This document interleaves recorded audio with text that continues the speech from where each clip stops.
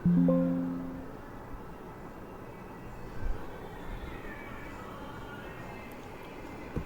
Guys. सो मैं आज Sunday था तो इसलिए संडे को मैं वीकली एनालिसिस करता हूँ अपने जितने भी मेरे पेयर को मैं ट्रेड करता हूँ। सो संडे को मैं वीकली एनालिसिस करता हूँ इन चार्ट्स को और फाइंड करता हूँ मतलब ऐसी अपॉर्चुनिटीज़ जो आगे बन सकती हैं। सो शुरू करता हूँ। ये यूरो यूएसडी का चार्ट है 1 डे टाइम फ्रेम पर। तो अभी इसको पढ़ते हैं। सो सबसे पहली चीज़ मैं ये देखता हूँ कि ट्रेंड कौन सा है और हमारी रेंज क्या है। सो ट्रेंड देख सकते हैं आप, बुलिश ट्रेंड है। Higher high, higher low, higher high, higher low, higher high. So अब जब हमारी रेंज क्या होती है, swing high, swing low, swing high, swing low. So जब भी BOS आता है तो उसके बाद पुल बैक शुरू होता है और वो फिबोनाची का हाफ जाता है, अपनी मीन वैल्यू पे जाता है। ठीक है, मीन वैल्यू तक जाता ही जाता है। सो अब उसके बाद प्राइस कंटिन्यू होता है, ये लो कहता है। तो हमने ये BOS आया, हमारे पास हायर हाई ये है, हायर लो ये है। हमने फिबोनाची क्रिएट करी, बनाई, टूल का यूज़ करा हमने। फिर हमारा 50% ये है, इस रेंज का 50% ये है। प्राइस इस रेंज के 50% को रिस्पेक्ट करता है और अब थोड़ा पुल बैक लेता है। बट हमें इसका भी ध्यान देना होगा कि यहाँ पर एक सपोर्ट जोन है और एक डिमांड जोन है। प्राइस इस सपोर्ट और डिमांड जोन तक आ सकता है, डायरेक्ट यहाँ से अप नहीं जा सकता प्राइस, ये हमें ध्यान रखने की बात है।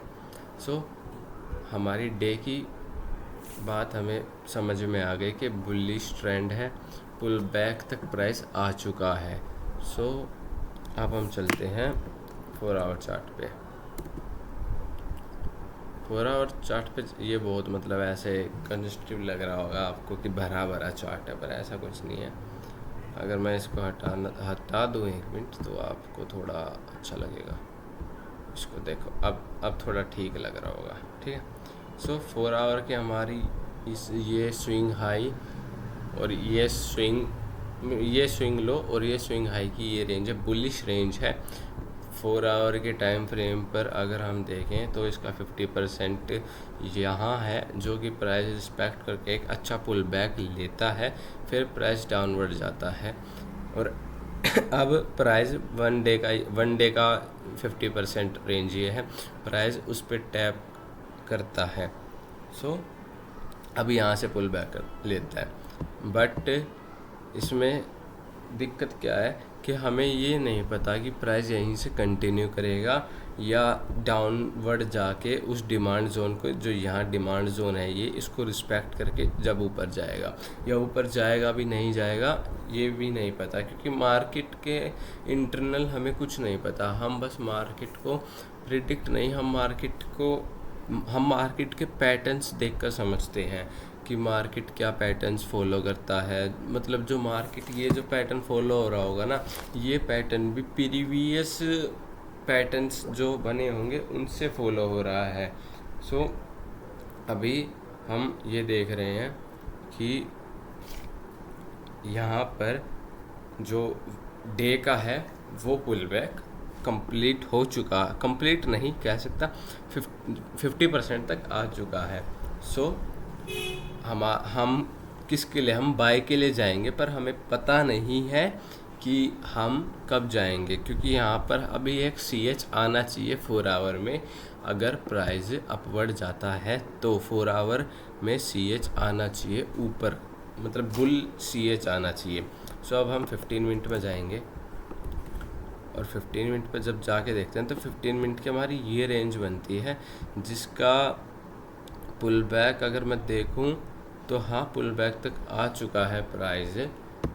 बट प्राइस को एक प्राइस मतलब यहाँ देख रहे हो, यहाँ पर प्राइस जाना चाहिए क्योंकि यहाँ लिक्विडिटी है, इंड्यूसमेंट का कॉन्सेप्ट है। यहाँ इतनी बड़ी कैंडल आई तो यहाँ ऑर्डर फिल हो रखे होंगे, तो मतलब यहाँ ऑर्डर्स होंगे अच्छे खासे। सो यहाँ पर प्राइस को इस लेवल तक जाना चाहिए। मैं इस लेवल तक प्राइस को कर देता हूँ, एक सेकेंड। सप्लाई जोन के लिए प्राइस को मैं इतना कर देता हूँ कि प्राइस यहाँ आ सकता है। प्राइस यहाँ आने के बाद नीचे जा सकता है और जब उस डे के डिमांड जोन को रिस्पेक्ट कर सकता है। सो हमें यूरो यूएसडी का क्या समझ में आया है कि प्राइस मतलब बाय, हमारे पास अपॉर्चुनिटी बाय की बनेगी यूरो यूएसडी में। हम स्ट्रॉन्ग बाय, और ऐसे भी नहीं वीक, स्ट्रॉन्ग बाय की अपॉर्चुनिटी बनती है क्योंकि ये जो लो है ये स्ट्रॉन्ग है बिकॉज इसने इस हाई को ब्रेक करा है। ठीक है, सो इसलिए ये स्ट्रॉन्ग लो है। ये यहाँ ये ब्रेक होना इम्पॉसिबल तो नहीं कह सकता, पर ये ब्रेक नहीं होगा। ठीक है, क्योंकि उसने इस हाई को ब्रेक करा है, ये रहा। तो 4 आवर में ऐसा है कि अगर यहाँ से 4 आवर का CS मतलब वो फेक मूव भी हो सकता है। ऑफ कोर्स फेक मूव होते हैं मार्केट में। अब वो हमारी साइकोलॉजी पर डिपेंड करता है कि हम उसको किस हिसाब से सोच समझ कर ट्रेड लेते हैं। बट अगर मेरी जो मतलब साइकोलॉजी कहते हैं वो ये कहते हैं मार्केट ने जस्ट एक पुल बैक लिया है। अब मार्केट इस डिमांड जोन को मतलब सपोर्ट जोन को, जो सपोर्ट जोन है इसको रिस्पेक्ट करके अब बढ़ जाएगा। सो यूरो यूएसडी का मेरा कुछ ये कहना है आपके लिए, और ये ट्रेंड फॉलो होएगी। जैसे ये ट्रेंड लाइन है ना, ये ट्रेंड लाइन अभी मैं इसको दिखाता हूँ। ये जो ट्रेंड लाइन है, ये ट्रेंड लाइन बन रही है। प्राइस नीचे आएगा, इस पे स्टेप इन करेगा यहाँ पर और फिर अप बढ़ जाएगा। सो ये एक ट्रेंड लाइन, एक और कंफर्मेशन है मेरे लिए। जीबीपी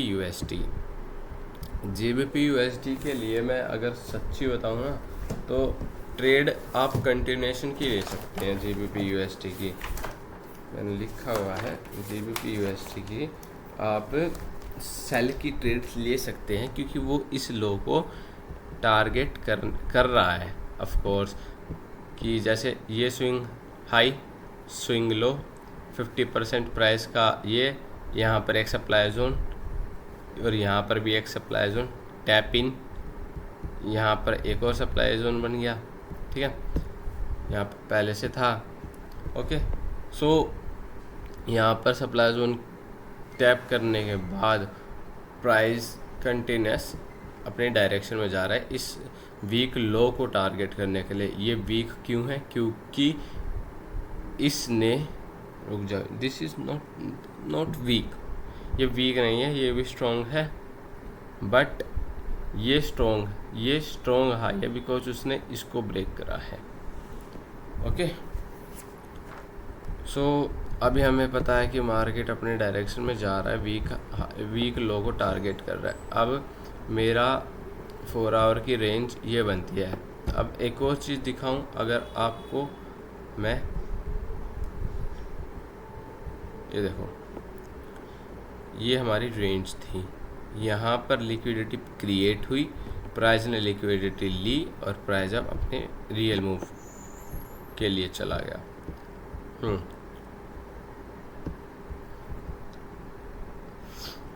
अब हमारे पास ये मतलब डे का रेंज है हमारे पास, और ये 4 आवर की बेरिश रेंज है। अब 4 आवर तोड़ चुका है अपना 0.5, मतलब प्राइस डिस्काउंट पर आ चुका है, और डिस्काउंट पर हम प्राइस को कभी सेल नहीं करना चाहते क्योंकि हमें एक फेयर वैल्यू नहीं मिलती उस सेलिंग की। सो अभी हमारे पास 4 आवर में ये रेंज है, स्विंग हाई, स्विंग लो। प्राइस अपने, जब प्राइस प्रीमियम पे जाए, पुल बैक लेने पे जाए, यहाँ या यहाँ, सो जब हम सेल कर सकते हैं और हमें अपना टारगेट अच्छे से आराम से मिल सकता है। ठीक है, तो मैं यहाँ पर सेल करूँगा जब भी मेरे को 4 आवर में एक पुल बैक मिलेगा, मतलब ऐसे पुल बैक कंटिन्यू करेगा और इस जोन में कहीं जाकर वो बेरिश देगा मेरे को। जब मैं अपने प्राइस को, मतलब जब मैं ट्रेड अपॉर्चुनिटी मिलेगी मेरे को, जब मैं सेल करूँगा। अब यहाँ देख सकते हैं कि ये जो प्राइस है, मतलब USD JPY ये अभी है ना, अगर देखा जाए ना USD JPY अभी साइडवेज है, जैसे आप देख सकते हैं, ये अटक रखा है, ये कुछ अपना लेवल्स ब्रेक नहीं कर रहा है, तो मैं इसे अभी ट्रेड नहीं कर रहा। इसको एनालिसिस जब इस मेरे को पता है कि अगर ये इसको ट्रेड करता है तो ये हमारी रेंज ये होगी यहाँ से ऐसे, ये यहाँ से ऐसे, बट ये अब उलझ चुका है, ये इसको नहीं तोड़ने वाला, क्योंकि ये अगर तोड़ना होता तो यार तोड़ देता, ये इतना टाइम नहीं लगता इन स्ट्रक्चर्स को फॉलो करने में। पर हाँ, कुछ कह नहीं सकते हम, हमारा काम प्रेडिक्ट करना नहीं है मार्केट को। ओके, सो GBP JPY प्राइस की रेंज बुलिश है, और करंटली जो प्राइस है ना, मतलब करंट प्राइस पुल बैक ले रहा है, यहाँ तक पुल बैक आएगा। दो अपॉर्चुनिटीज़ है, पुल बैक ट्रेड कर सकते हैं या यहाँ से कंटिन्यूएशन ट्रेड कर सकते हैं। ठीक है, सो पता चल गया बुलिश रेंज है, पुल बैक ले रहा है प्राइस, तो 4 आवर क्या होगा, बेरिश होगा। 4 आवर बेरिश होगा, बट हाँ मतलब 4 आवर वैसे बेरिश है, बट उसकी रेंज जो 4 आवर की रेंज है वो बुल है। यहाँ पर हमारे पास 4 आवर का एक डिमांड जोन है, यहाँ पर सप्लाई जोन है। प्राइस की हमारे पास ये रेंज थी, ये 0.58 डेली का है, प्राइस को यहाँ तक आना ही है। अब देखो प्राइस की रेंज ये 0.5, ये प्राइस अपने 4 आवर टाइम फ्रेम का प्राइस पुल बैक कंप्लीट हो चुका है, यहाँ पर सप्लाई जोन है। बट क्योंकि डे हमारा हायर टाइम फ्रेम है, सो हम डे हमारा हायर टाइम फ्रेम है ना, तो हम डे के हिसाब से चलेंगे। तो डे ने अभी तक अपना 0.5 कवर नहीं करा है, और यहाँ पर एक सप्लाई जोन है। यहाँ से अगर प्राइस मेरे को 4 आवर का COH देता है तो मैं उस COH को ट्रेड करूँगा, जितना भी मतलब मेरी वो कहेगी, मतलब अपॉर्चुनिटी मेरे को लगेगी कि ठीक है, तो मैं इसके 4 आवर के COH को ट्रेड करना पसंद करूँगा यहाँ तक। तो इसमें भी मैं सेल क्यों कह रहा हूँ, क्योंकि मैं सेल कह रहा हूँ क्योंकि डे का 0.5 अभी तक रिस्पेक्ट नहीं हुआ है।